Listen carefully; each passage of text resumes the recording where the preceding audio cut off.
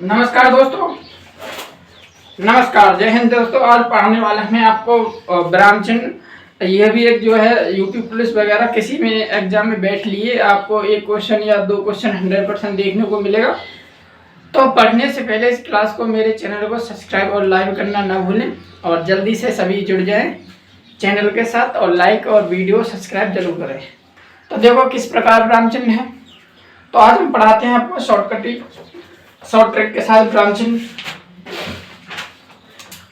विराम चिन्ह चैप्टर का नाम है विराम चिन्ह। श्री कामता प्रसाद जी के अनुसार विराम चिन्हों की संख्या 20 मानी गई है। श्री कामता प्रसाद जी के अनुसार विराम चिन्हों की संख्या 20 मानी गई है। वो कौन कौन से हैं? विराम चिन्ह का अर्थ है विश्राम अथवा ठहराव। विराम चिन्ह का अर्थ क्या है बच्चों? विश्राम या ठहराव। किसी वाक्य या वाक्यांश को लिखते समय जब हम ठहरते हैं या शॉर्टकट किसी वाक्य को लिखते हैं वहीं विराम चिन्हों का प्रयोग किया जाता है। तो एक मतलब देखो, अब देखते हैं नंबरबाजी विराम चिन्हों को हम पढ़ते जाते हैं और देखते चलते हैं और समझाते जाते हैं। विराम का नंबर 1 पूर्ण विराम। देखो इसका चिन्ह आगे लिखे हुए हैं सभी। पूर्ण विराम का चिन्ह यह है तुम्हारा। पूर्ण विराम का अर्थ है पूर्ण ठहराव। पूर्ण विराम का अर्थ क्या है? पूर्ण ठहराव। किसी शब्द किसी वाक्य या को लिखते समय जब बाद में हम जब ठहरते हैं वहां पूर्ण विराम का प्रयोग करते हैं। जैसे राम सुंदर है तो यहां पर पूर्ण विराम का प्रयोग करेंगे। इसी प्रकार पूर्ण विराम का अर्थ है पूर्ण ठहराव। किसी वाक्य या वाक्यांश को लिखते समय जब हम पूर्ण वाक्य हो जाता है उसके अंत में किसका प्रयोग करेंगे? पूर्ण विराम का। नंबर 2 उपविराम। उपविराम का देखो चिन्ह ये है तो 2 बिंदी। किसी शब्द की सीमा निर्धारित करने के लिए किस विराम चिन्ह का प्रयोग करेंगे? उपविराम। उपविराम चिन्ह का ये 2 आपके बिंदी किस लिए? जैसे प्रदूषण एक समस्या है। प्रदूषण एक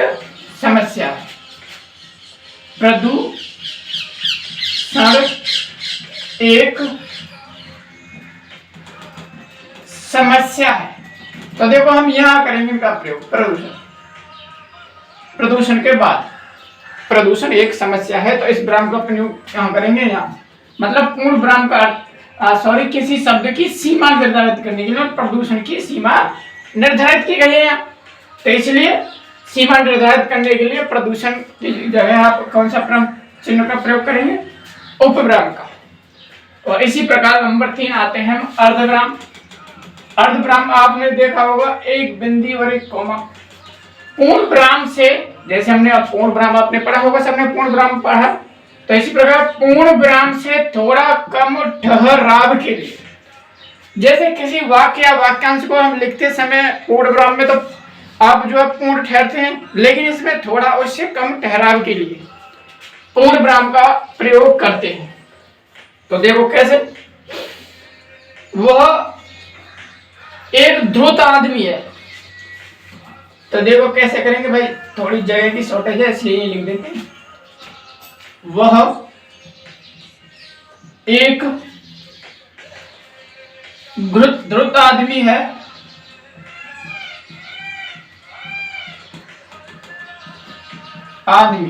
यहाँ पे हम यहाँ कौन सा करेंगे? थोड़ा उससे पूर्ण विराम से थोड़ा कम ठहराव हुआ है।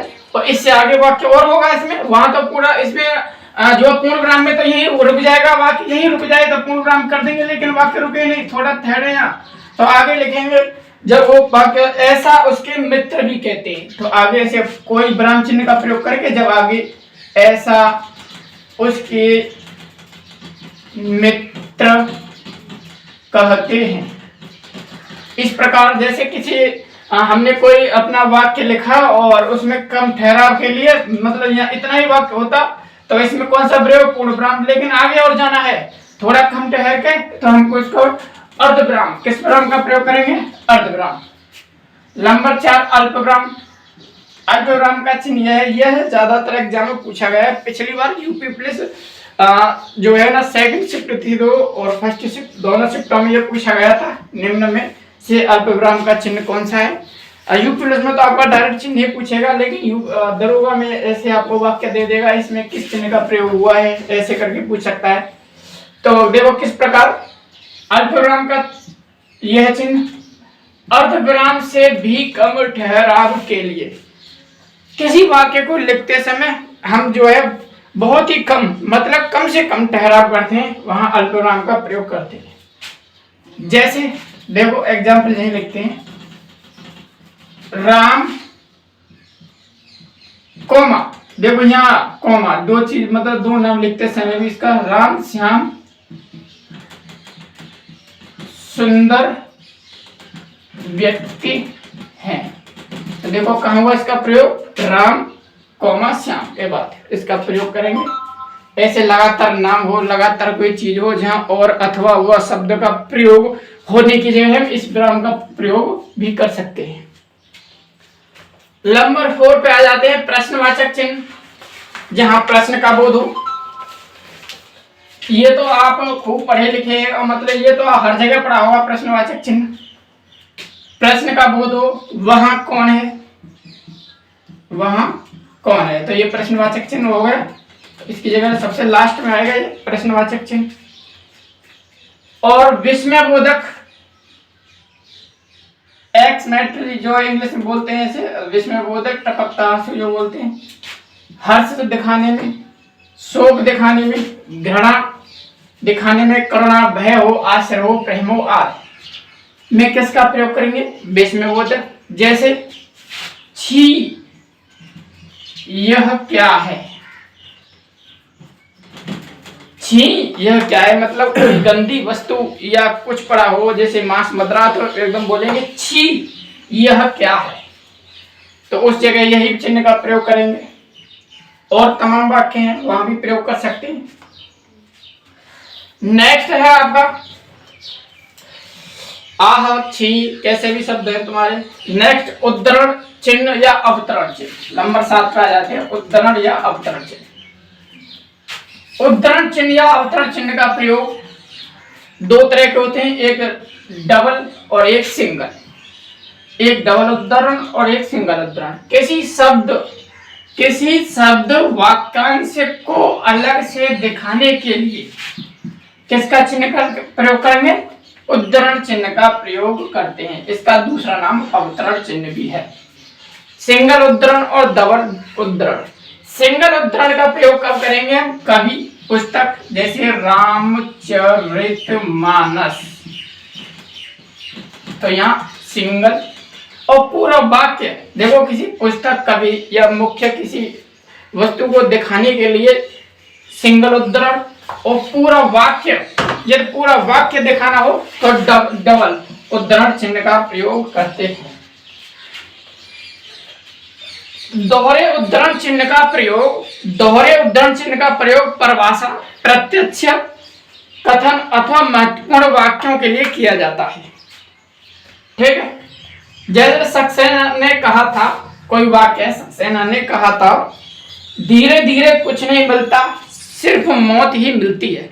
तो देखो कहा था, इसके बाद धीरे धीरे कुछ नहीं मिलता, सिर्फ मौत ही मिलती है। पूरा वाक्य हो, पूरा वाक्य अलग से दिखाना हो, वहां डबल उद्धरण प्रयोग का प्रयोग करते हैं।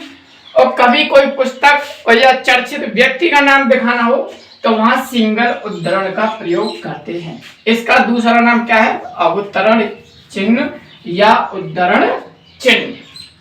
नेक्स्ट योजक चिन्ह, ये आपको सभी ने पढ़ा हो, विपरीत शब्दों के बीच।